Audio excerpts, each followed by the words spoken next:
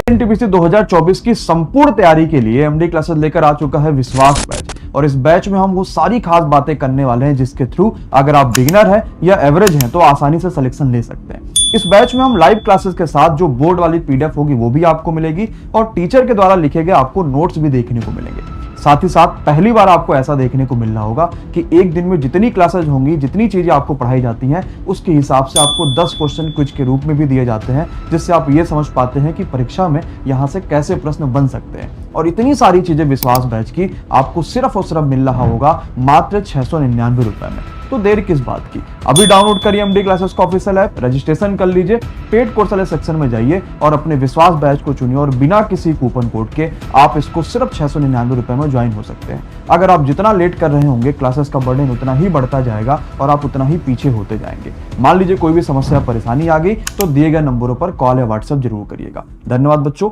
शुक्रिया। RRB NTPC 2024 की संपूर्ण तैयारी के लिए एमडी क्लासेस लेकर आ चुका है विश्वास बैच। और इस बैच में हम वो सारी खास बातें करने वाले हैं जिसके थ्रू अगर आप बिगिनर हैं या एवरेज हैं तो आसानी से सिलेक्शन ले सकते हैं। इस बैच में हम लाइव क्लासेस के साथ जो बोर्ड वाली पीडीएफ होगी वो भी आपको मिलेगी और टीचर के द्वारा लिखे गए आपको नोट्स भी देखने को मिलेंगे।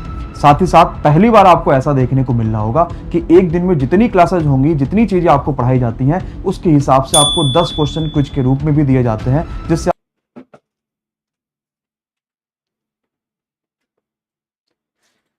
चलिए जी, गुड इवनिंग, शुभ संध्या, राधे राधे, जय श्री कृष्णा सभी साथियों को बहुत बहुत स्वागत है। साथियों एक बार फिर से आप सभी का आपके अपने YouTube प्लेटफॉर्म एमडी क्लासेस पर बहुत बहुत स्वागत है।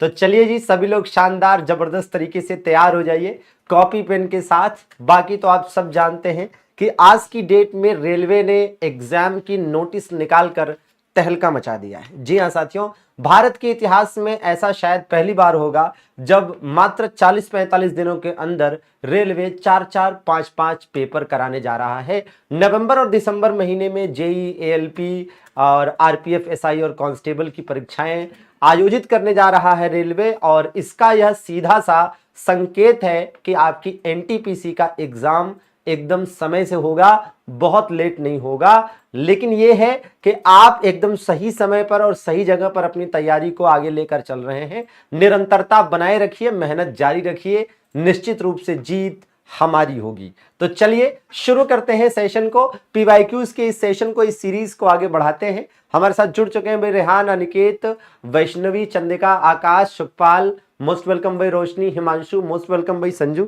चलिए लेकर चलते हैं सीधे आपको पहले प्रश्न की ओर। तो ये रहा आज का पहला प्रश्न आपकी स्क्रीन पर। आज के सेशन में साथियों 3 टॉपिक जो कवर होंगे वो कौन कौन से हैं? एक तो है भाई मध्यकालीन भारत के इतिहास में जो विदेशी आक्रमण है, दूसरा है विजयनगर साम्राज्य और तीसरा है बहमनी साम्राज्य। कल का जो टॉपिक होगा वो पूरा दिल्ली डायनेस्टी होगा, दिल्ली सल्तनत होगा। ठीक है ना? तो चलिए शुरू करते हैं भाई। कह रहा नीचे दिए गए शासकों का सही कालक्रम व्यवस्थित कीजिए। ठीक है, तो सबसे पहले अगर हम तैमूरों की बात करें तो 1398 में तैमूर लंका भारत पर आक्रमण हुआ था। महमूद गजनवी की बात करें तो इसने पहला आक्रमण 1000 ईस्वी में किया था। चंगेज खां की बात करें तो 1221 में मंगोलों का आक्रमण इसी के नेतृत्व में हुआ था। और इसी प्रकार से मोहम्मद गोरी की बात करें तो 1175 में इसने भारत पर पहला आक्रमण किया था। तो राइट आंसर साथियों क्या बनना चाहिए? इसका राइट आंसर होना चाहिए 2 4 3 1। क्या होना चाहिए? 2 4 3 1 होना चाहिए। ठीक है ना? 2 4 3 1 इसका राइट आंसर होना चाहिए। ठीक है भैया, मतलब यह है कि इसमें से सबसे पहले महमूद गजनवी का, फिर मोहम्मद गौरी का, फिर चंगेज खां का और अंत में तैमूरों का आक्रमण हुआ। अब एक बात जरा दिमाग से समझिएगा और समझने का प्रयास अच्छी तरीके से करिएगा। जो मैं आपको बताने जा रहा हूं गौर करिएगा, बहुत जरूरी चीज है। क्या भैया? जैसे अगर हम मध्यकालीन भारत के इतिहास में विदेशी आक्रमण की बात करें, मेडाइवल हिस्ट्री में जो फॉरेन इन्वेजन हुए हैं उसकी अगर हम बात करें तो सबसे पहले किसका आक्रमण हुआ था भैया? तो सबसे पहले तुर्की है ना? कौन से आक्रमण हुए? सबसे पहले साथियों अरबी आक्रमण हुए। अरबी आक्रमण के बाद कौन सा हुआ साथियों? तुर्की आक्रमण हुआ। इसके बाद कौन सा आक्रमण हुआ? इसके बाद साथियों मंगोल आक्रमण हुए। कौन से भैया? मंगोल आक्रमण हुए। इसके बाद कौन सा आक्रमण हुआ साथियों? तैमूरों के आक्रमण हुए। तैमूरों के बाद किसका आक्रमण हुआ दोस्तों? इसके बाद मुगलों के आक्रमण हुए। और मुगलों के बाद फिर किसका आक्रमण हुआ भैया? ईरानियों का आक्रमण हुआ, ठीक है ना, ईरानियों का आक्रमण हुआ। तो जरा सीक्वेंस से समझने का प्रयास करिएगा एक एक पॉइंट को भैया, ठीक है ना। जैसे अरबियन अगर आक्रमण की बात करें तो ये साथियों मोहम्मद बिन कासिम के नेतृत्व में हुआ था। कब की बात है? 712 ईस्वी की बात है। किस पर आक्रमण हुआ था? सिंध पर आक्रमण हुआ था। उस समय सिंध का शासक कौन था?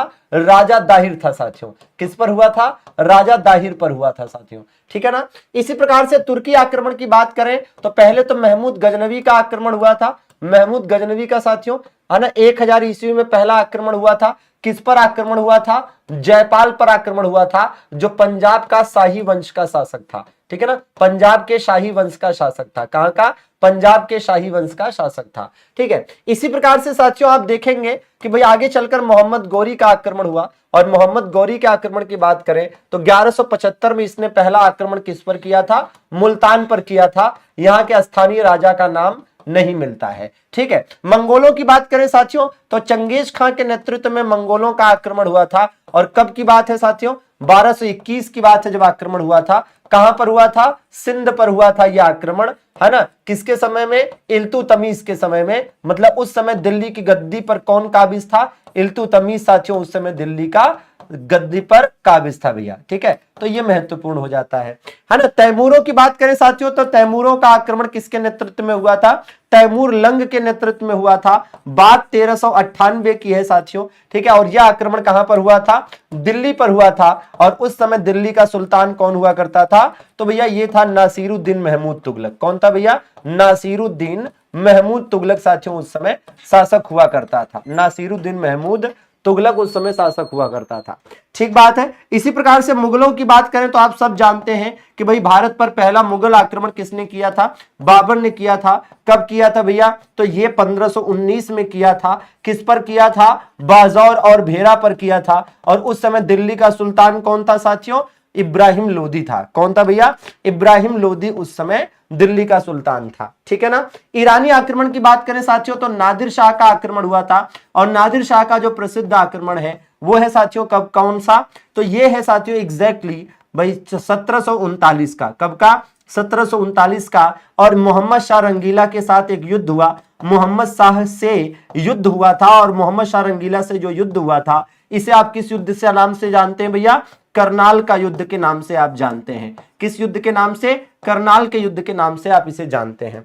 तो अभी आप अपनी स्क्रीन पर जो देख पा रहे हैं ये बहुत शानदार चीज है। ये मध्यकालीन भारत के इतिहास में हुए विदेशी आक्रमण आपको बताती है, ठीक है ना। मध्यकालीन भारत के इतिहास में जो विदेशी आक्रमण हुए हैं ये उनका सीक्वेंस है। अब पेपर में आपसे कई बार क्वेश्चन पूछा जाता है, जैसे कई बार क्या करेगा? मोहम्मद बिन तुगलक एक ऑप्शन दे देगा, एक महमूद गजनवी ऑप्शन में दे देगा, एक मोहम्मद गौरी ऑप्शन में दे देगा, एक चंगेज खां दे देगा, या फिर तैमूर लंग ऑप्शन में दे देगा, या बाबर ऑप्शन में दे देगा, या नादिर शाह ऑप्शन में दे देगा। और कहेगा कि निम्नलिखित आक्रमणकारियों को उनके काल क्रमानुसार व्यवस्थित करिए, ठीक है ना। हाँ जी, तो आप ना सीक्वेंस जरूर याद करें। या तो क्या कहेगा कि भैया निम्नलिखित में से किसका आक्रमण सबसे पहले हुआ या किसका आक्रमण सबसे बाद में हुआ, ऐसे क्वेश्चन होता है। या किसका आक्रमण कब हुआ, ऐसे करके भी क्वेश्चन पूछता है, ठीक है ना, कि किसका आक्रमण कब हुआ है, ठीक है, या किस पर हुआ है, ऐसा क्वेश्चन भी पूछा जाता है। तो ये सीक्वेंस आपको साथियों याद होना चाहिए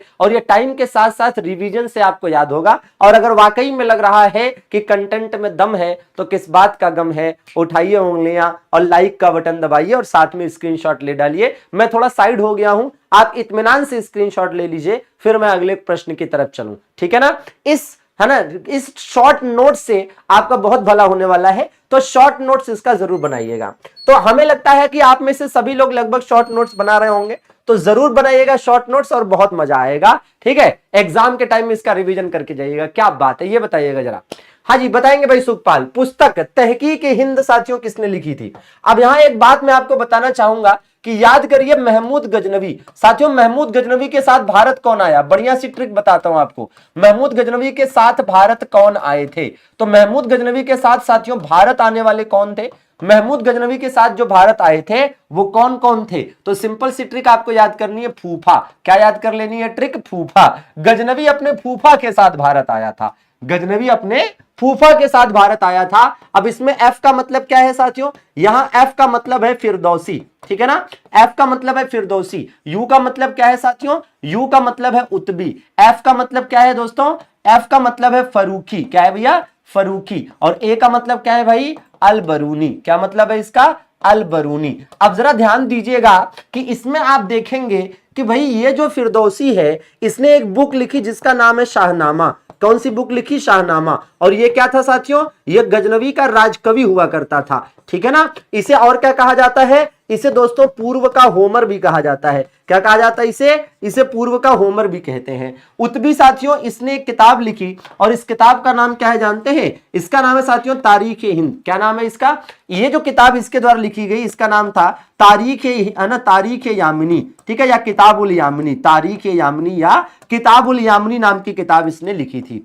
फारूकी भी साथियों इतिहासकार था लेकिन इतना प्रसिद्ध नहीं कि कोई बहुत फेमस किताब लिखी हो, ठीक है ना। अलबरूनी ने साथियों प्रसिद्ध किताब लिखी और अलबरूनी की प्रसिद्ध किताब का नाम क्या है, किताबुल हिंद। क्या नाम है साथियों, किताबुल हिंद या तहकीक हिंद, ठीक है ना, किताबुल हिंद या तहकीक हिंद। ये जो साथियों किताबुल हिंद या तहकीक हिंद है, इसके बारे में मैं कहूंगा कि इसे क्या कहा जाता है, इसे 11वीं सदी के भारत का दर्पण कहा जाता है। 11वीं सदी के भारत का दर्पण दोस्तों इसे कहा जाता है। 11वीं सदी के भारत का दर्पण दोस्तों इसे कहा जाता है, ठीक बात है। तो राइट आंसर क्या होगा इसका, अलबरूनी। क्या होगा भैया, अलबरूनी के द्वारा लिखी गई। बाकी आप जानते होंगे कि मेगास्थनीज ने प्रसिद्ध किताब इंडिका लिखी थी। कौन सी, इंडिका लिखी थी साथियों। और इब्न बतूता ने प्रसिद्ध किताब कौन सी लिखी है, आगे चलकर रेहला नाम की किताब साथियों लिखी गई है, ठीक है ना। तो पक्का याद रहेगा, क्या ट्रिक में दम है, तो बताओ आपने नोट कर लिया, नोट कर लिया ना। तो चलिए फिर अगले प्रश्न की तरफ चलें,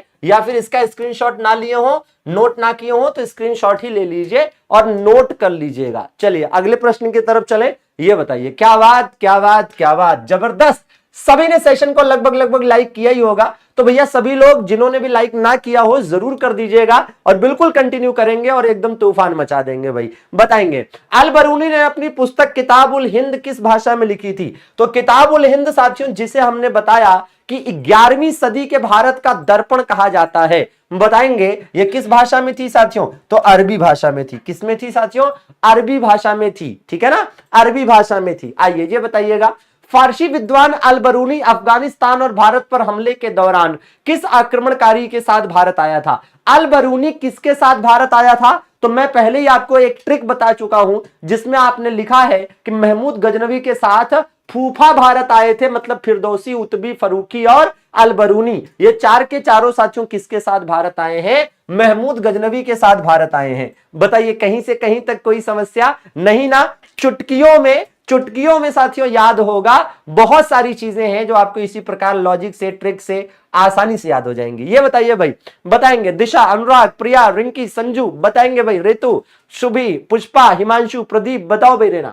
मोहम्मद गौरी की सेना और पृथ्वीराज चौहान के बीच में दो लड़ाइयां हुई और दोनों को क्या कहते हैं भैया, तराइन का युद्ध कहते हैं, पहला और दूसरा। तो साथियों पहली लड़ाई 1191 में हुई और दूसरी लड़ाई 1192 में हुई। आप सब जानते हैं कि पहली वाली लड़ाई पृथ्वीराज चौहान जीते थे, पृथ्वीराज तृतीय इन्हें कहा जाता है साथ में, तो पृथ्वीराज तृतीय जीता, ठीक है ना। और दूसरी वाली साथियों कौन जीता, मोहम्मद गौरी जीता। क्या आप जानते हैं कि यहां से एक क्वेश्चन बनता है क्या, कि किस युद्ध में जीत के साथ ही भारत में मुस्लिम राज की स्थापना हुई। तो भारत में मुस्लिम राज की नींव साथियों यहां पर पड़ी, ठीक है ना। भारत में मुस्लिम राज की नींव कब पड़ी, भारत में मुस्लिम राज की नींव 1192 में पड़ी, जब मोहम्मद गौरी ने क्या किया है ना, जब मोहम्मद गौरी ने पृथ्वीराज चौहान को 1191 में हराकर क्या किया, दिल्ली पर अधिकार कर लिया, ठीक है। यहां से ये क्वेश्चन ऐसे भी आता है कि दिल्ली पर तुर्कों का, है ना, दिल्ली पर तुर्की या मुस्लिम नियंत्रण कब स्थापित हुआ। तो दिल्ली पर तुर्की या मुस्लिम नियंत्रण की स्थापना कब हुई, है ना। तो दिल्ली पर तुर्की या मुस्लिम नियंत्रण की, है ना, स्थापना कब हुई भैया। तो यह भी ध्यान रखिएगा कि तराइन के इसी दूसरी युद्ध को जीतकर तुर्कों ने, मुस्लिमों ने क्या किया भैया, दिल्ली पर नियंत्रण कर लिया और यहीं से मुस्लिम राज शुरू हो गया। और इसीलिए मेरे दोस्त मोहम्मद गौरी को भारत में क्या कहा जाता है, कहा जाता है भारत में मुस्लिम राज का संस्थापक। कई बार ये क्वेश्चन आता है कि भारत में मुस्लिम राज्य का संस्थापक कौन? Who was the founder of Muslim empire in India? Who was the founder of Muslim empire in India? तो Mohammad Ghori was the founder of Muslim empire in India. ठीक है ना। जयचंद के बुलावे पर मोहम्मद गौरी ने पृथ्वीराज चौहान के खिलाफ यह युद्ध लड़ने की हिमाकत करी थी। चलिए बताएंगे, बिल्कुल शानदार, जबरदस्त, जिंदाबाद। 300वां लाइक पूरा होने में मात्र 3 लाइक बाकी हैं, तो दौड़ाइए जबरदस्त तरीके से और इसका आंसर बताइए भैया। कह रहा अरबों ने किसके नेतृत्व में सिंध पर आक्रमण किया था भैया? तो मोहम्मद बिन कासिम। और आपको याद होगा साथियों, हमने बताया था कि मोहम्मद बिन कासिम क्या था? ये साथियों अरबी आक्रमणकारी था। क्या था ये? अरबी आक्रमणकारी था। ये बात कब की है? 712 ईस्वी की है। कहां पर आक्रमण हुआ? सिंध पर आक्रमण हुआ। और ये साथियों उस समय कौन था राजा वहां का? तो साथियों राजा वहां के दाहिर थे उस समय। कौन राजा थे साथियों? राजा यहां के साथियों उस समय दाहिर थे। और सिंध की राजधानी इस समय क्या थी साथियों? तो सिंध की राजधानी इस समय क्या थी? जरा कमेंट करके बताएंगे कि राजधानी क्या हुआ करती थी। और याद रहे कि ये भारत में क्या था? पहला सफल मुस्लिम आक्रमण था। ये भारत में क्या था साथियों? भारत में पहला सफल मुस्लिम आक्रमण था। यह भी काफी इंपॉर्टेंट है। इसके पहले कई सारे आक्रमण हुए, लेकिन यह पहला सफल मुस्लिम आक्रमण था। ठीक है ना, बिल्कुल। और इसमें जीत भी मिली। ठीक है, काफी इंपॉर्टेंट है, एक एक करके चीजें याद रखनी है। और इस समय राजधानी हुआ करती थी राजौर। ठीक है ना, बिल्कुल इंपॉर्टेंट है, आपको याद करना चाहिए। और इसी क्षेत्र में साथियों, इसी क्षेत्र को जब जीत लिया मोहम्मद बिन कासिम ने, तो इसी क्षेत्र में पहली बार, इसी क्षेत्र में पहली बार जजिया लगाया गया। इसी क्षेत्र में पहली बार क्या लगाया गया?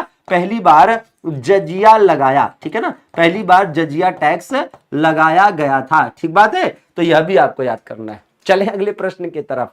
ठीक है, वेरी गुड, शानदार, जिंदाबाद। ये बताइए, अरबों ने सिंध पर जब विजय प्राप्त की, तो अरबों के द्वारा सिंध पर विजय कब प्राप्त की गई थी भैया? 712 ईस्वी में। जैसा कि हमने बताया कि 712 ईस्वी में सिंध पर अरबों ने मोहम्मद बिन कासिम के नेतृत्व में विजय प्राप्त की थी। और यह भारत में पहली मर्तबा था जब मुस्लिम आक्रमण सफल हुआ था। अरब आक्रमण के समय सिंध पर किसका शासन था? तो भैया इस समय सिंध पर दाहिर का शासन था। किसका भैया? दाहिर का शासन था। ठीक है ना। चलिए अगले प्रश्न की तरफ चले भैया। ये बताएंगे क्या कह रहा है भैया? बहुत बढ़िया, शानदार, जिंदाबाद, बहुत अच्छे। भाई कह रहा है मोहम्मद गौरी ने गजनी पर आक्रमण कब किया था? अब बात मोहम्मद गौरी की है। और गजनी प्रदेश कहां हुआ करता था? गजनी प्रदेश साथियों अफगानिस्तान में हुआ करता था। कहां पर दोस्तों? अफगानिस्तान में हुआ करता था। और इस पर मोहम्मद गौरी का जो आक्रमण हुआ और सफल हुआ वो 1173 में हुआ साथियों। ठीक है, मोहम्मद गौरी की बात कर रहे हैं। और मोहम्मद गौरी के बारे में आप यह भी जानिए कि भाई पहला आक्रमण, भारत पर पहला आक्रमण इसने कब किया था? भारत पर पहला आक्रमण इसने कब किया? भारत पर पहला आक्रमण एक तो इससे पूछा जाता है भैया, है ना। और दूसरा क्या पूछा जाता है? भारत में पहली हार इसकी कब हुई? भारत में पहली हार इसकी कब हुई थी? किसके हाथों हुई थी? ठीक है ना। और दिल्ली पर इसने फिर नियंत्रण कब स्थापित किया? दिल्ली पर इसने नियंत्रण कब स्थापित किया? ठीक है ना, दिल्ली पर इसने नियंत्रण कब स्थापित किया था? और बाकी आप जानते हैं कि भारत में इसने तराइन का युद्ध लड़ा है। ठीक है, तराइन का युद्ध लड़ा था साथियों। और कौन सा युद्ध लड़ा था? चंदावर का युद्ध लड़ा था। कौन सा भैया? चंदावर का युद्ध भी ये भारत में लड़ा था। ठीक है ना। तो आप देखेंगे साथियों, भारत पर पहला आक्रमण इसने 1175 में मुल्तान पर किया था। किस पर साथियों? मुल्तान पर किया था।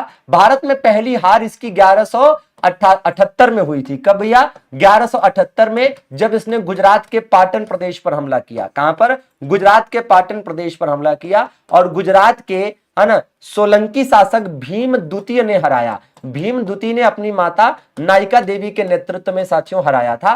पाटन में पटक कर मारा। दिल्ली पर नियंत्रण इसने 1192 में स्थापित किया, जब तराइन का दूसरा युद्ध जीता। क्योंकि पहली वाली में इसको हार मिली थी और दूसरी वाली में इसको जीत मिली थी। ठीक है ना। एक हुआ था 1191 में और दूसरा हुआ था 1192 में। चंदावर के युद्ध की बात करते हैं तो 1194 में हुआ। और किसको हराया था भैया? तो जयचंद को हराया था। किसको हराया था? जयचंद को हराया था। तो बिल्कुल महत्वपूर्ण बात है जो आपको ध्यान देनी है। ठीक है, तो एज इट इज आपको याद करने की जरूरत है। एज इट इज आपको याद करने की जरूरत है। ठीक है, बहुत अच्छे, बहुत अच्छे। ठीक है, तो आप चाहें तो इसका स्क्रीनशॉट ले लीजिए या जो भी कर लीजिए, बट ये एक शॉर्ट नोट्स आपका बनता जाएगा।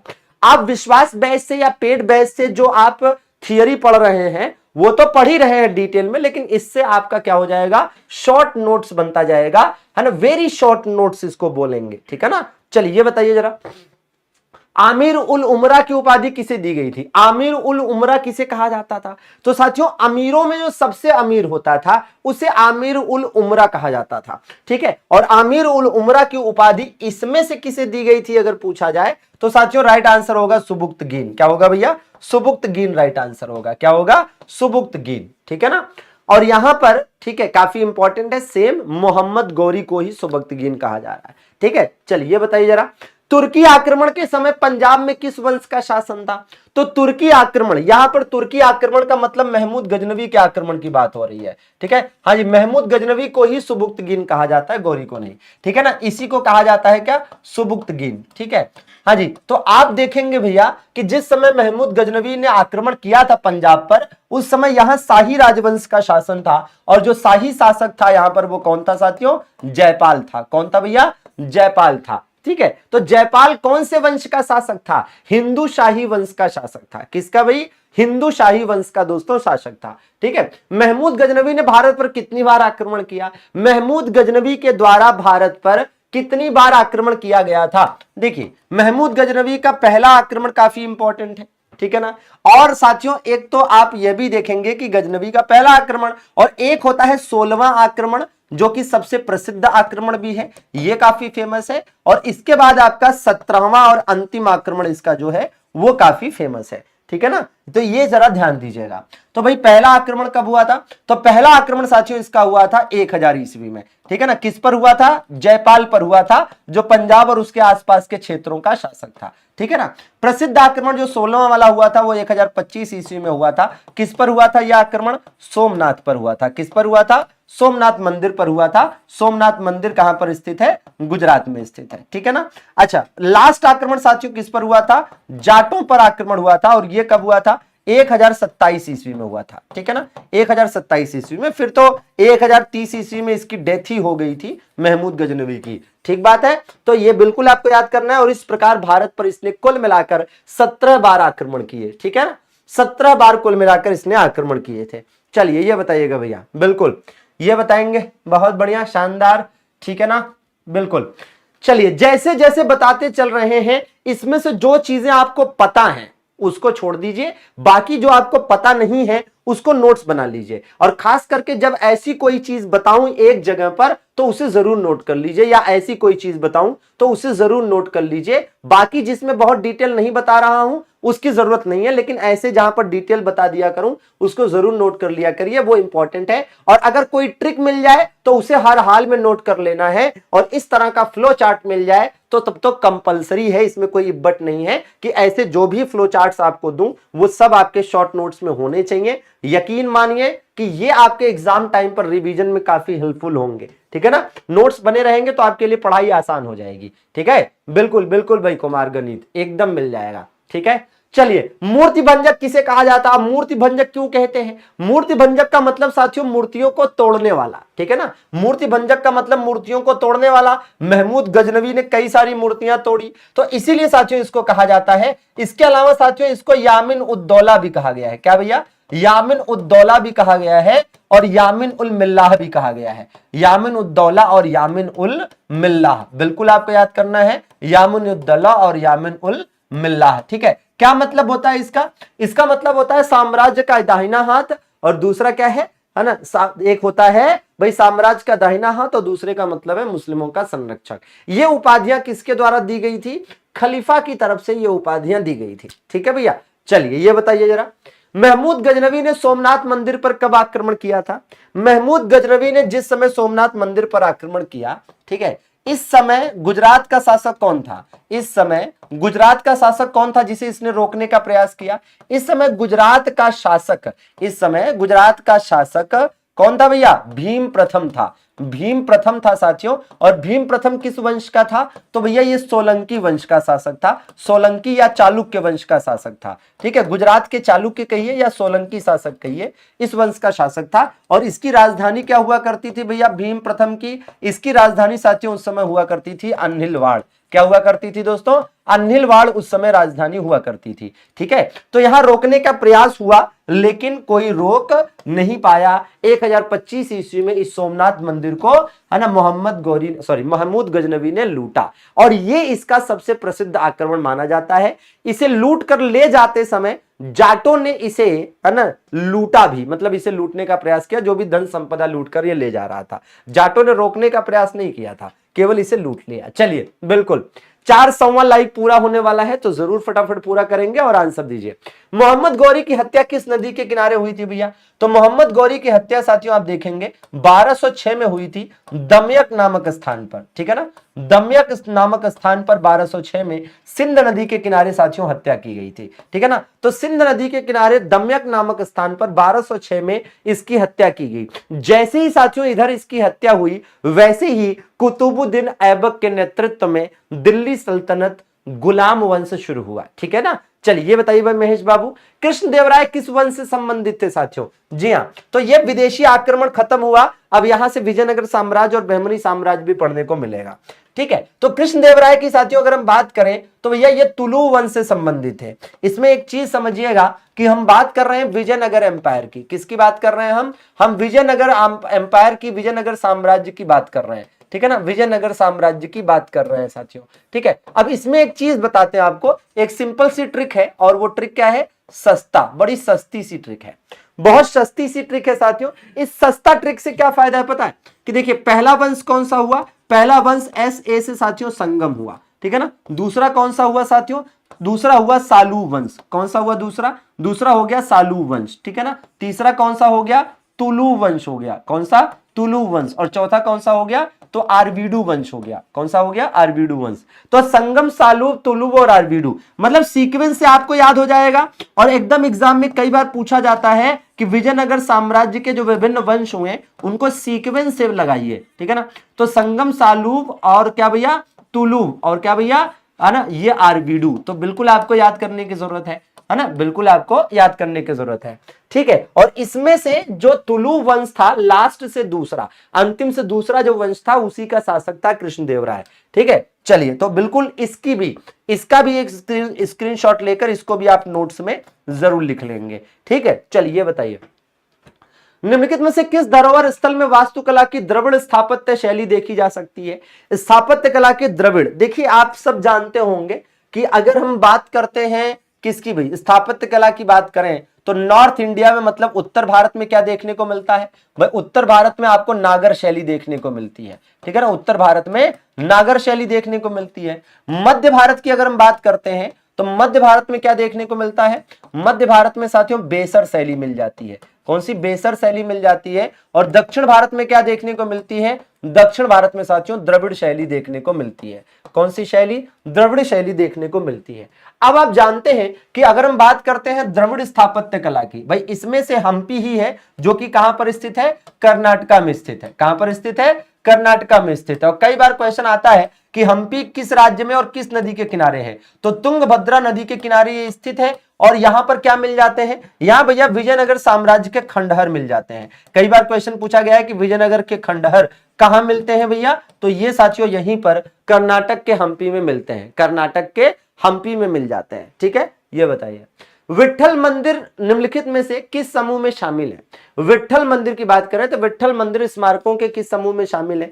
इसमें एक चीज का ध्यान ये रखिएगा कि भाई किसने बनवाया था। विट्ठल मंदिर की बात करें तो इसका निर्माण साथियों करवाया गया किसके द्वारा? तो विजयनगर साम्राज्य के प्रतापी शासक देवराय द्वितीय के द्वारा। कहां पर स्थित है ये? तो ये स्थित है साथियों कर्नाटका में। कहां पर स्थित है? कर्नाटका में स्थित है। और कर्नाटका में भी कहां पर स्थित है? तो हम्पी में स्थित जो स्मारक समूह है कर्नाटक में, वहीं पर दोस्तों ये स्थित है, वहीं पर यह स्थित है। ठीक है, चलिए बताइए हम्पी का विरूपाक्ष मंदिर किसे समर्पित है? हम्पी का जो विरूपाक्ष मंदिर, भाई ये देखिए हम्पी में स्थित जो स्मारक है वो देवराय द्वितीय के समय में बने हैं कर्नाटक में, तो उन्हीं हम्पी के विभिन्न स्मारक समूहों में से एक है विरूपाक्ष मंदिर। तो ये साथियों भगवान शिव को समर्पित है। किसको समर्पित है? भगवान शिव को समर्पित है। और ये देखिएगा, ये एनटीपीसी 2021 में पूछा गया प्रश्न भी है। बुक्का प्रथम प्राचीन भारत में किस राजवंश से संबंधित था भैया?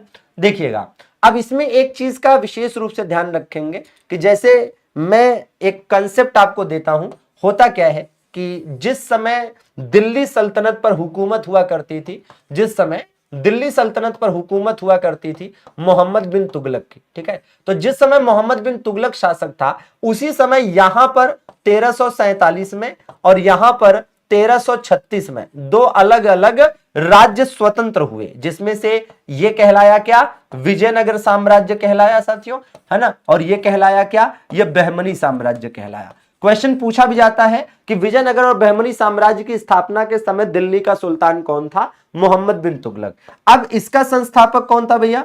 तो इसका संस्थापक कौन था? अलाउद्दीन हसन बहमन शाह। कौन था? अलाउद्दीन हसन बहमन शाह था, ठीक है ना, अलाउद्दीन हसन बहमन शाह। तो इसी के नाम पर इसका नाम बहमनी साम्राज्य पड़ा, ठीक है ना।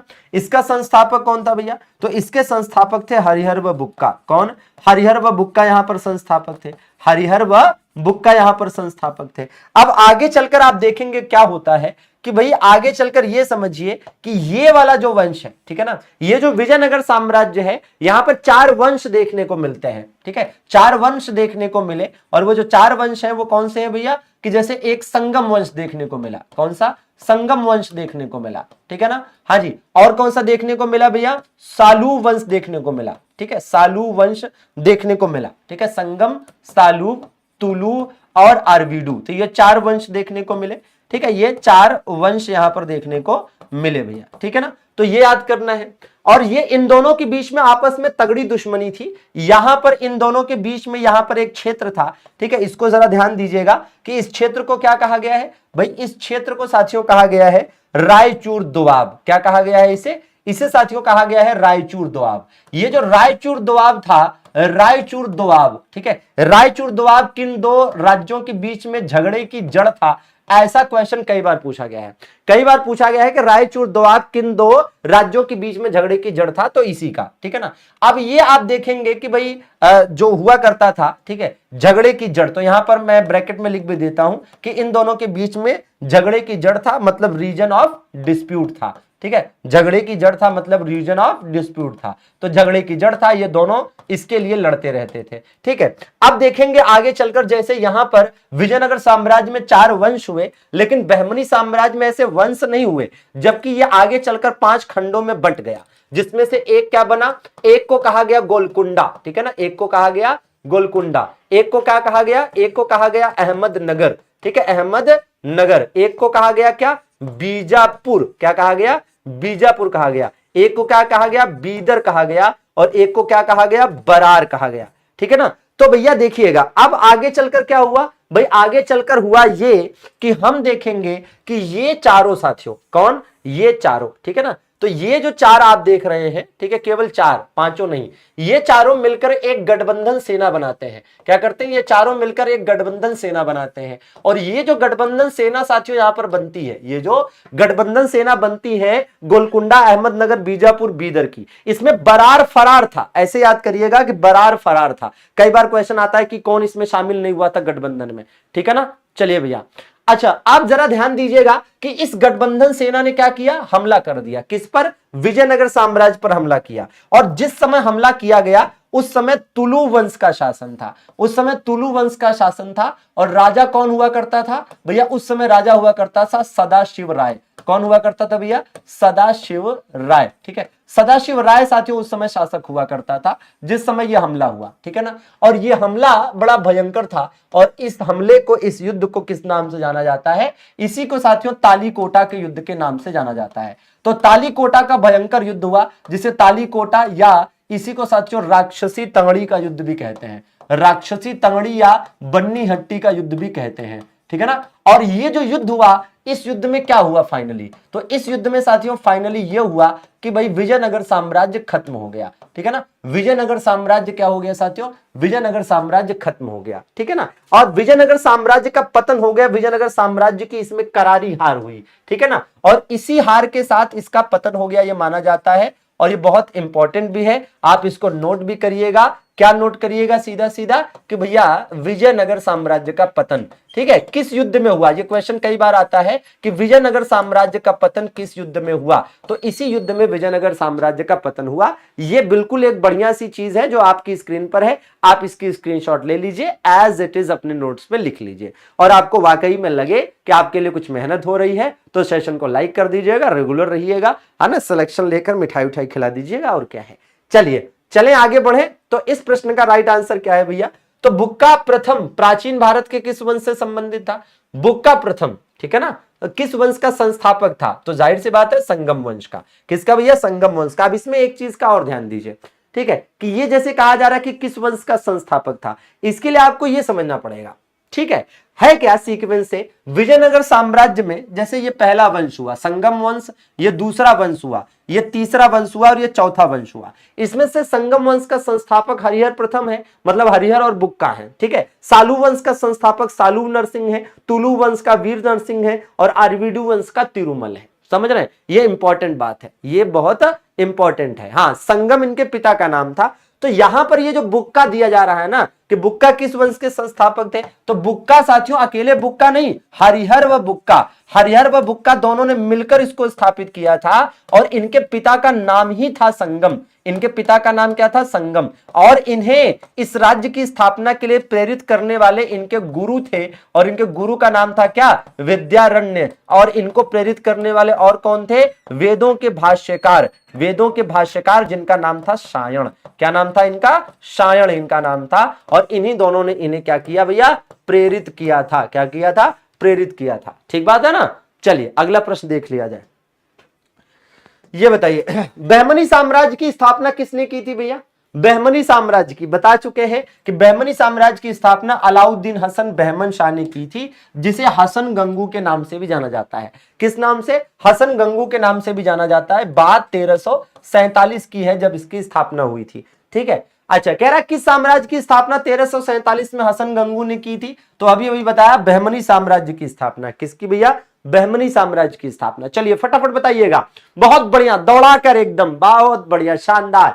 प्राचीन भारत में वीर नरसिंह ने इनमें से किस राजवंश की स्थापना की थी, तो ये पूरा बता रखा है ना। अब इसमें वीर नरसिंह ने तुलु वंश की स्थापना की थी। किसकी भैया, तुलु वंश की। तो ये आप देखो ना, पूछा गया क्वेश्चन है 2021 में, एनटीपीसी में पूछा गया है, तो आपको याद नहीं होना चाहिए कि कौन से वंश का संस्थापक कौन था, याद होना चाहिए कि नहीं। चलिए जरा फटाफट 500 लाइक पूरा करिएगा, और उसके बाद 1000वें लाइक की तरफ बढ़ेंगे जल्दी। ये तो छोटा मोटा टारगेट है भाई। ये बताओ जरा, हम्पी साम्राज्य, हम्पी किसकी राजधानी हुआ करती थी, तो हम्पी जो आज की डेट में है, इसे पहले विजयनगर कहा जाता था। और अगर हम विजयनगर साम्राज्य की बात करें तो राजधानियां साथियों जो बदली हैं वो कैसे बदली हैं, मैं आपको एक ट्रिक बताता हूं शानदार, ठीक है ना। क्या ट्रिक है भैया, याद करिएगा, आया विजयी पेच, आया विजयी पेच, ठीक है। ये सिंपल सी ट्रिक है। इस ट्रिक से ये पता चलेगा कि शुरू में विजयनगर साम्राज्य की जो राजधानी थी वो क्या थी, अनेंगुडी थी। क्या थी भैया, शुरू में इनकी राजधानी अनेंगुडी थी। फिर दूसरी और सबसे लंबे समय तक जो राजधानी रही वो क्या रही, विजयनगर रही। और विजयनगर के बाद राजधानी क्या बनाई गई भाई, पेनुंगकोंडा को बनाया गया। किसको, पेनुंगकोंडा को बनाया गया। और अंत में राजधानी किसे बनाई गई, चंद्रगिरी को बनाई गई। तो याद रहे कि साथियों शुरू में, ठीक है, स्टार्टिंग में राजधानी अनेंगुडी थी, फिर विजयनगर हुई, फिर पेनुंगकोंडा, फिर चंद्रगिरी, ठीक है ना। तो ये ट्रिक आप याद कर सकते हैं, इससे पता चलेगा। पता चला आपसे एग्जाम में पूछ ले कि विजयनगर साम्राज्य की पहली राजधानी, तो भैया अनेंगुडी थी, ठीक है, और अंतिम राजधानी चंद्रगिरी, या सीक्वेंस पूछ ले राजधानियों का, ठीक है ना। चलिए ये देखिए भाई क्या कह रहा है, विजयनगर राजवंश के उस शासक का नाम बताइए जिसने 16वीं शताब्दी में शासन किया, है ना। 16वीं शताब्दी की बात हो रही है। अगर हम 16वीं शताब्दी की बात करें तो भैया अगर हम कहें कि ये 1509 से 29 तक शासन करने वाले शासक की बात हो रही है, तो क्या आपको याद है कि 1509 से 1529 तक शासन किसने किया था? कृष्णदेवराय ने शासन किया था, ठीक है ना, कृष्णदेवराय साथियों। और कृष्णदेवराय क्या है भाई? इस वंश के सबसे प्रतापी शासक हैं, ठीक है, मतलब विजयनगर एम्पायर के सबसे जो मैजेस्टिक रूलर है वो यही है, सबसे जो मैजेस्टिक रूलर है वो यही है भैया। और दूसरी बात क्या है कि कृष्णदेवराय ने एक बड़ी शानदार सी किताब लिखी है, और इस किताब का नाम क्या है? इस किताब का नाम है साथियों आमुक्त माल्यद, ठीक है ना, अमुक्त माल्यद, जिसमें एक राजा के कर्तव्यों का उल्लेख भी किया गया है।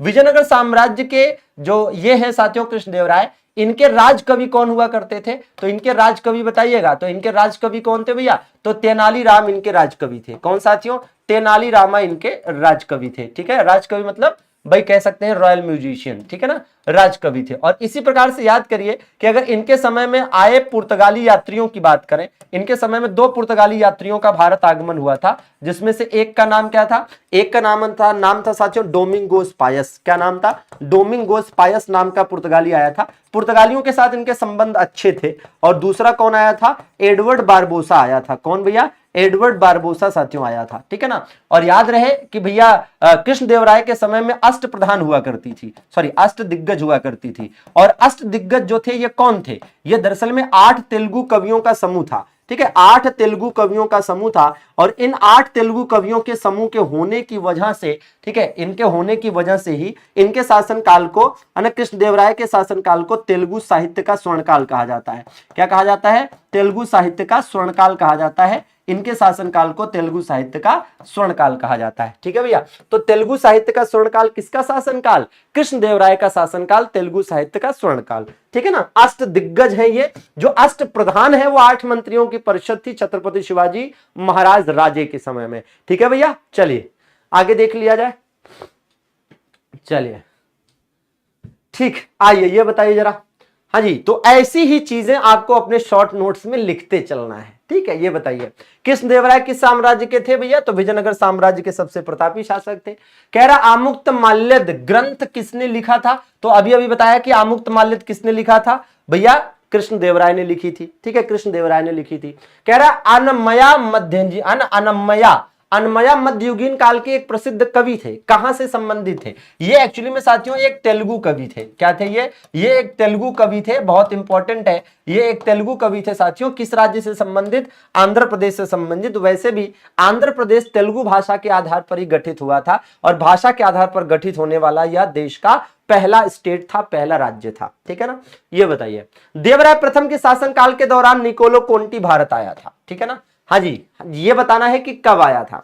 तो काफी इंपॉर्टेंट है। अब एक चीज का जरा ध्यान दीजिएगा, इसका आंसर आपको होमवर्क में कमेंट करके बताना है। लेकिन मैं एक बात आपको बता दूं कि देखिए एकदम इंपॉर्टेंट क्या चीज है, जैसे निकोलो कोंटी, एक निकोलो कोंटी से क्वेश्चन आता है, ठीक है, एक तो निकोलो कोंटी से क्वेश्चन आता है। जहां तक विदेशी यात्री भाई विजयनगर साम्राज्य की यात्रा पर आए जो निकोलो कोंटी हैं, ठीक है, निकोलो कोंटी एक हो गए। ये देवराय प्रथम के समय में, कौन भैया? देवराय प्रथम के समय में। कहां से आया था ये? कहां से आया था? ऐसे ही एक साथियों होता है अब्दुल रज्जाक। कौन भैया? अब्दुल रज्जाक का भी ध्यान दीजिएगा कि अब्दुल रज्जाक कहां से आया था, और ये कब आया था पता है? ये देवराय द्वितीय के समय में आया था। कब आया था? देवराय द्वितीय के समय में। ऐसे ही याद करिए, हमने एक बताया था आपको डोमिंगोस पायस। डोमिंगोस पायस कहां से आया था भैया?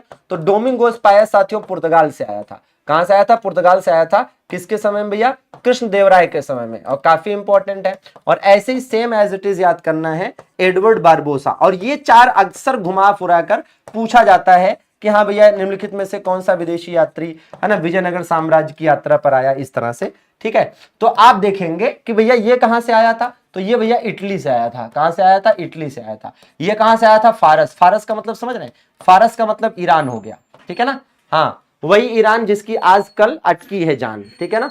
हाँ जी, और ये दोनों कहां से थे भैया? तो ये दोनों साथियों पुर्तगाल से थे, है ना, डोमिंगोस पायस और एडवर्ड बारबोसा दोनों ही, ठीक है ना। चलिए ये बताइए जरा, कह रहा है निम्नलिखित में से कौन से साम्राज्य की स्थापना संगम राजकुमार हरिहर और बुक्का ने की थी? तो ये तो आपको कई है ना काफी बार बता चुके हैं, ठीक है। तो राइट आंसर क्या है भैया? विजयनगर साम्राज्य। क्या है? विजय नहीं, ईरान की राजधानी तेहरान है। प्रसिद्ध गोलकुंडा किला किसके द्वारा बनवाया गया था? गोलकुंडा किले की अगर हम बात करते हैं तो ये प्रताप रुद्रदेव ने बनवाया था। किसने बनवाया था? प्रताप रुद्रदेव ने बनवाया था। किस वंश के शासक थे प्रताप रुद्रदेव? काकतीय वंश के शासक थे, काकतीय वंश के शासक थे। और इनका जो राज्य था वो किस नाम से जाना जाता था? तो भैया इनके राज्य को तेलंगाना कहा जाता था। जी हाँ, तेलंगाना राज्य। और तेलंगाना राज्य की राजधानी क्या हुआ करती थी? तेलंगाना राज्य की साथियों राजधानी क्या हुआ करती थी? इनकी राजधानी थी साथियों वारंगल। क्या थी राजधानी? वारंगल। तो बिल्कुल याद करना है। और इसी काकतीय वंश से थी रुद्रमा देवी। आपको याद होगा रुद्रमा देवी, ठीक है ना? तो बहुत इंपॉर्टेंट है। और राइट आंसर क्या हो जाएगा कि कहां पर है? तो फिर क्या आप राइट आंसर दे रहे होंगे? तो भैया तेलंगाना में है। कहां पर है? तेलंगाना में है। तेलंगाना राज्य से संबंधित थे ये, ठीक है। वैसे ये वही प्रताप रुद्रदेव हैं, ये वही प्रताप रुद्रदेव हैं जिनको कोहिनूर हीरा मिला था गोलकुंडा की खान से, ठीक है ना? और जो कोहिनूर हीरा मिला था इनको, वो कौन लाया था? तो वो साथियों मलिक काफूर इनसे लेकर आया था और लाकर अलाउद्दीन खिलजी को दे दिया था, ठीक है ना? चलिए आगे देख लिया जाए भैया। ये बताओ जरा, बहुत बढ़िया, शानदार, जिंदाबाद। भाई क्या कह रहा है? विजयनगर साम्राज्य का पहला राजा कौन था? तो भैया देखिए हरिहर और बुक्का ने स्थापना करी थी। हरिहर और बुक्का, तो हरिहर और बुक्का जब हम बोलते हैं तो हरिहर पहले आता है ना, तो हरिहर पहले राजा बने थे और बुक्का उसके बाद राजा बने थे, ठीक है ना? हाँ जी, ये बताइए उस इंजीनियर का नाम बताना है जो हम्पी के खंडहरों को दुनिया के समक्ष लाया। जो हम्पी के खंडहर है कर्नाटक में, मतलब कुल मिलाकर ये पूछ रहा है कि इसकी खोज किसने की, ठीक है। और हम्पी किस नदी के किनारे है? तुंगभद्रा नदी के किनारे है, ठीक है, तुंगभद्रा नदी के किनारे है। कर्नल कॉलिन मैकेंजी के द्वारा इसकी खोज की गई थी, ठीक है ना। चलिए ये बताइए भाई, विजयनगर साम्राज्य की स्थापना कब हुई थी? स्थापना आपको बताई जा चुकी है भाई। 1347 में तो बहमनी साम्राज्य की स्थापना हुई थी, जिसकी अगर हम राजकीय भाषा की बात करें तो मराठी थी। और 1336 में विजयनगर साम्राज्य की स्थापना हुई थी। और विजयनगर साम्राज्य की जो राजकीय भाषा थी, ठीक है, जो ऑफिशियल लैंग्वेज थी वो तेलुगु थी, ठीक है ना, तेलुगु थी, ठीक। ये बताइए कृष्णदेवराय ने निम्नलिखित में से किसके साथ मैत्रीपूर्ण संबंध रखे थे? कृष्णदेवराय की दुश्मनी किसके साथ थी? भाई कृष्णदेवराय मतलब विजयनगर साम्राज्य। विजयनगर साम्राज्य की दुश्मनी बहमनी साम्राज्य से थी और बहमनी साम्राज्य की दुश्मनी पुर्तगालियों से थी। तो वही चीज है कि दुश्मन का दुश्मन दोस्त होता है, तो वही चीज यहां पर भी देखने को मिली थी, ठीक है। तो पुर्तगालियों के साथ कृष्णदेवराय के मैत्रीपूर्ण संबंध थे। इसका अंदाजा इस बात से आप लगा सकते हैं कि कृष्णदेवराय के समय में 2 पुर्तगाली यात्रियों का आगमन भारत में हुआ था, एक डोमिंगोस पायस और दूसरा एडवर्ड बारबोसा, ठीक है ना। ये बताइए विजयनगर किस नदी के तट पर स्थित था भैया? तो तुंगभद्रा नदी के किनारे। तुंगभद्रा किसकी सहायक नदी है वैसे? ये साथियों कृष्णा की सहायक है। किसकी सहायक है? ये कृष्णा की सहायक नदी है और काफी प्रमुख सहायक नदी है, ठीक है। और तुंगभद्रा नदी के किनारे आंध्र प्रदेश का अमरावती शहर भी बनता है, ठीक है, मतलब बसता है, ठीक है। अमरावती जो आंध्र प्रदेश का, वो भी तुंगभद्रा नदी के ही किनारे है। बहमनी राजाओं की राजधानी क्या हुआ करती थी? तो बहमनी राजाओं की साथियों राजधानी हुआ करती थी गुलबर्गा। क्या हुआ करती थी? गुलबर्गा हुआ करती थी इनकी राजधानी, ठीक। विजयनगर का प्रथम शासक कौन था जिसने पुर्तगालियों के साथ संधि की थी? मतलब यह है कि कहीं ना कहीं, है ना, विजयनगर का प्रथम शासक जो पुर्तगालियों के साथ, तो अभी हमने थोड़ी देर पहले ही बताया था कि पुर्तगालियों के साथ मैत्रीपूर्ण संबंध किसके थे? कृष्णदेवराय के थे, ठीक है। और वैसे भी पुर्तगाली कब आए थे भाई? 1498 में आए थे ये, 1498 में पहली बार आए ये, ठीक है ना। हाँ जी, और याद करिए कि इन्होंने 1505 में पहली फैक्ट्री लगाई। इन्होंने 1505 में पहली फैक्ट्री लगाई थी, ठीक है ना। और कृष्णदेवराय का शासनकाल क्या है? 1509 से 29, ठीक है। तो जाहिर सी बात है कि उसी समय पे थे ये, ठीक है, उस समय पर तो यही थे, तो इनके समझौते थे, इनके संधियां थी, मैत्री थी, ठीक है। तो सेम चीज है। अच्छा, कृष्णदेवराय किसके समकालीन थे? तो भैया कृष्णदेवराय, आप देखिए शेरशाह सूरी का शासनकाल है क्या? 1540 से 45, ठीक है, 1540 से 45। हुमायूं का शासनकाल क्या है? पहला वाला 1530 से 40, 1530 से 40 है, ठीक है। बाबर का क्या है भैया शासनकाल? तो 1504 में ये काबुल का शासक बना। पहले 1504 में ये काबुल का शासक बना और बनने को तो 1494 में ही फरगना की गद्दी पर बैठा था, लेकिन 1504 में काबुल का शासक रहा। फिर आप देखेंगे कि एक चीज है कि 1526 से लेकर 1530 तक दिल्ली की गद्दी पर बैठा। और अकबर का तो बिल्कुल ही अलग है, 1556 से 1605, ठीक है। और अगर हम कृष्णदेवराय की बात करें तो कृष्णदेवराय का तो अभी अभी बताया था कि भैया 1509 से 1529, तो इसके हिसाब से किसके समकालीन होगा, तो इसके हिसाब से साथियों बाबर के समकालीन होगा, ठीक है ना। कृष्णदेवराय किसके समकालीन होंगे भैया, बाबर के। और एक बात और याद करिए कि बाबर ने अपनी आत्मकथा में किसे भारत का सबसे शक्तिशाली शासक बताया है, तो बाबर ने अपनी आत्मकथा में कृष्णदेवराय को ही तत्कालीन भारत का सबसे शक्तिशाली शासक बताया है। बताया कि नहीं, कह रहा इसमें से कौन सा है ना, कह रहा विजयनगर साम्राज्य का पहला राजवंश कौन सा था, भाई संगम राजवंश था। तो आप बताइए कि संगम राजवंश नाम क्यों पड़ा, संगम, और ये भी देखिए एनटीपीसी का ही क्वेश्चन है। तो संगम वंश नाम इसलिए पड़ा था क्योंकि इसके जो संस्थापक थे हरिहर और बुक्का, इनके पिताजी का नाम ही संगम था। इनके पिताजी का नाम ही क्या था भैया, इनके पिताजी का नाम ही संगम था, ठीक है, इस वजह से ऐसा हुआ, ठीक है। तो आई होप कि आपने पूरे सेशन को खूब एंजॉय किया होगा और बिल्कुल रेलवे बोर्ड एक्टिव है, तो आपके भी एग्जाम्स में बहुत समय नहीं मिलेगा कि साल 1.5 साल समय मिल जाए आपके लिए, है ना। बिल्कुल समझ लीजिए कि एक ट्रिंग ट्रिंग घंटी बज गई है, ठीक है, नोटिस आ चुकी है, बाकी परीक्षाएं हो रही हैं अगर, ठीक है, तो आपकी भी परीक्षाएं समय से होंगी। आप उम्मीद से ज्यादा समय की, है ना, आशा ना करें, ठीक है। तो बिल्कुल मेहनत से पढ़िए, पूरी जोर से पढ़िए, पूरा मेहनत लगाइए और विश्वास बैच से जुड़े रहिए और साथ में यूट्यूब की भी क्लासेस करते रहिए। इस क्लास की पीडीएफ आप कैसे प्राप्त कर सकते हैं, तो फिर बता दूं कि आपके पास हमारा एप्लीकेशन होना चाहिए जो कि आप निशुल्क में डाउनलोड करेंगे, कोई फी नहीं है इस पे।